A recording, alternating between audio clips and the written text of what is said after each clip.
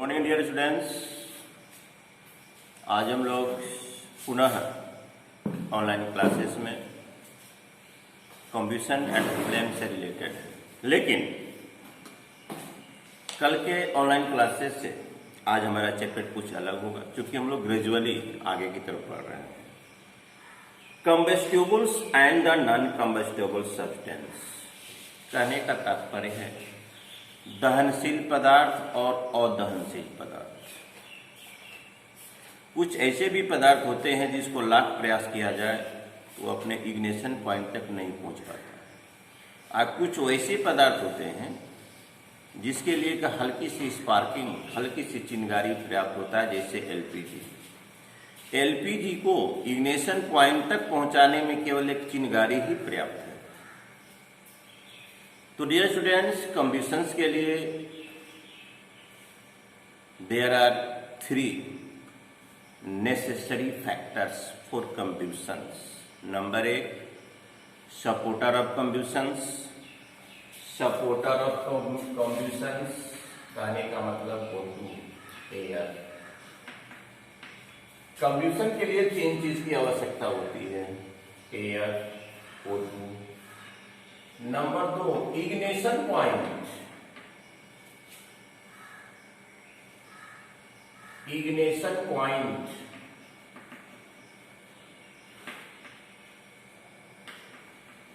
ज्वलनता।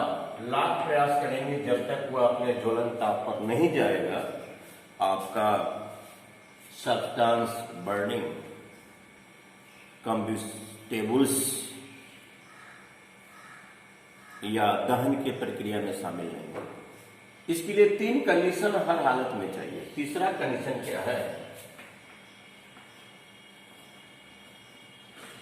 Combustible substance. अगर 3 में से कोई एक अब्सेंट कर देते हैं, अगर 3 में से कोई एक अब्सेंट हो जाता है तो जलती हुई इमारत, जलती हुई लकड़ी बुझ जाएगी। हमारा जो फायर ब्रिगेड्स जो है अग्निशामक यंत्र से जो बड़ा घंटा बजाते हुए आगे की तरफ बढ़ता है, किसी कहीं पर अचानक किसी प्रकार का घटना घटता है, मतलब फायर से संबंधित, तो वह 3 तरीका अपनाता है। इग्निशन पॉइंट पर काम करेगा, या तो सपोर्टर को हटाएगा, या तो कंबशन सब्सटेंस को हटाएगा।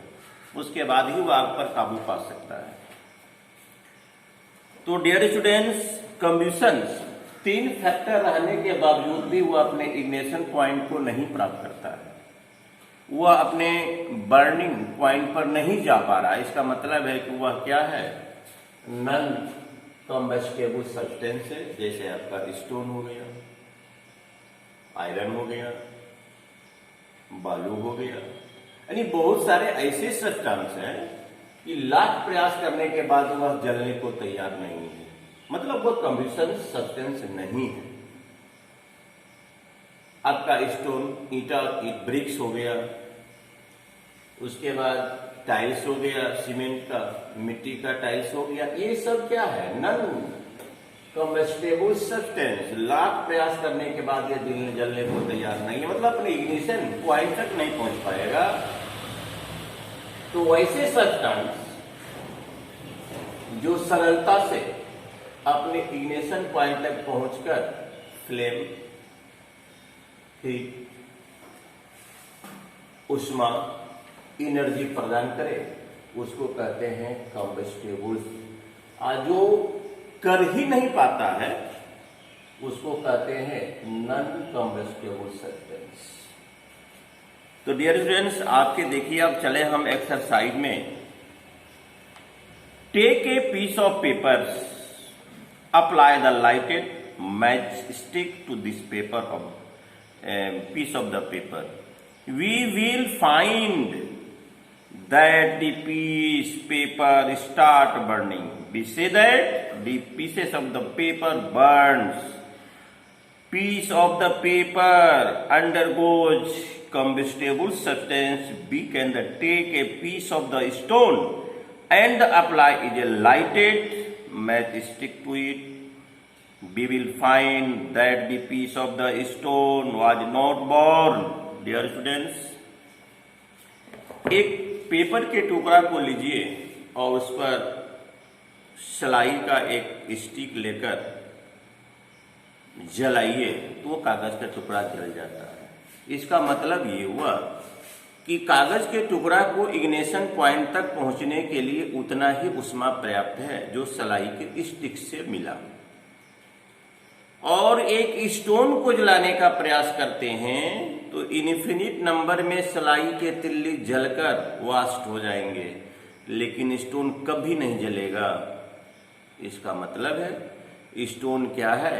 नॉन कंबस्टेबल सब्सटेंस, अदहनशील पदार्थ। तो इसका अगर एग्जाम्पल लेते हैं, कंबस्टेबल्स का एग्जाम्पल अगर आप लेते हैं, फूड हो गया, एलपीजी हो गया, सीएनजी हो गया, पेट्रोल हो गया, आपका डीजल हो गया, ये सब क्या है? दहनशील पदार्थ। लेकिन नन में अगर चलते हैं, नन कंबस्टेबल्स, आपका स्टोन हो गया, ब्रिक्स हो गया, ये सब क्या हुआ? लास्ट ये तीनों फैक्टर के उपलब्ध होने के बाद भी ये जलने का प्रयास कभी नहीं करेगा। तो इस प्रकार से so there are two types the substance. इस प्रकार से according to obtained fuels heat there are two types of substance. ऊर्जा प्राप्त करने के ख्याल से, ईंधन के दृष्टिकोण से, ऊष्मा प्राप्त करने के ख्याल से पदार्थ को दो भागों में बांटा गया है। एक कंबस्टेबल्स, एक होता है नॉन कंबस्टेबल्स। दो substance which can burn and call the combustion substance. जो पदार्थ जल सके, इग्निशन पॉइंट तक जा सके, अपार मात्रा में हीट दे सके, मैंने जो जलने में, बर्निंग कंबशन प्रोसेस में जो शामिल हो जाता है, वह जलना स्टार्ट कर देता है, तो उसको हम लोग कहते हैं combustible substance. In other words, those substance which and undergo combustibles are called the combustible substance. Some of the combustible substance: paper, cloth, straw, cooking gas, LPG, CNG, kerosene, diesel, charcoal वगैरह, ये सब आपका क्या है? Combustible substance. इसको आसानी से जलाया जा सकता है और यह आसानी से अपने इग्निशन पॉइंट तक पहुंच जाता है। Those substances which do not burn are called the non-combustible substance। जो जल नहीं पाता है, दोनों फैक्टर के उपलब्धि के बावजूद भी अगर वह नहीं जल पाता है तो उसको क्या कहते हैं? हमें अदहनशील पदार्थ कहते हैं। अदहनशील पदार्थ में आपका स्टोन, इसमें आपका ग्लास भी दे दीजिए, इसमें आपका ग्लास भी आएगा, कॉपर हो गया, आयरन नेल्स हो गया, कॉपर,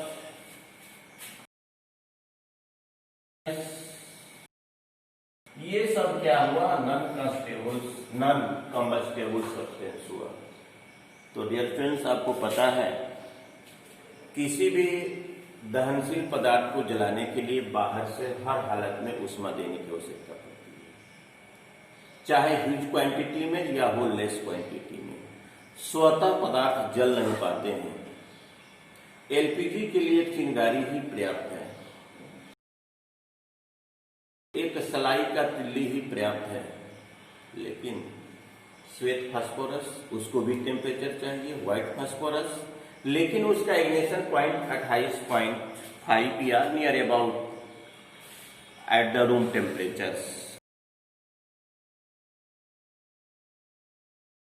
इसलिए अगर श्वेत फास्फोरस को कमरे में, डार्कनेस कमरे में अगर रखा जाए, तुरंत वायुमंडल के ऑक्सीजन से संयोग करके ऑक्सीडाइज्ड होगा और कमरे को प्रकाशमय कर देगा। डियर स्टूडेंट्स, तो उसके लिए भी एक टेम्परेचर की आवश्यकता पड़ी, कमरे का ताप पड़ा, तो प्रकृति के हर एक पदार्थ को जो दहनशील है जलाने के लिए बाहर से उष्मा देने की आवश्यकता पड़ती है, लेकिन सबों के उष्मा की क्वांटिटी अलग अलग होती है। तो डियर स्टूडेंट्स, कल के ऑनलाइन क्लासेस में हम लोग आगे बढ़ेंगे। आज यहाँ तक ही रखा जाए और मैं अपने एक्सपेरिमेंट पर या एक्सप्लेनेशन पर विराम देता हूँ। Thank you very much.